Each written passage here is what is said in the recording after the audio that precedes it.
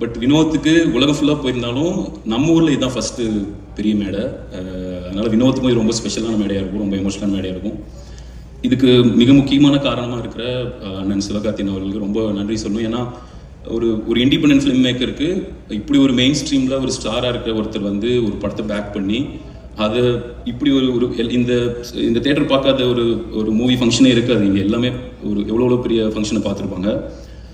அந்த மாதிரி ஒரு இடத்துல வினோத் மாதிரி ஒரு டேலண்ட்டை கூட்டிகிட்டு வந்து நிறுத்தி அழகு பார்க்குறதுன்றது தான் நான் ரொம்ப ரொம்ப முக்கியமான ஒரு விஷயமா பார்க்குறேன். தமிழ் சினிமாவில் இது ஒரு முக்கியமான நிகழ்வாக இருக்கும்னு நான் நம்புகிறேன்.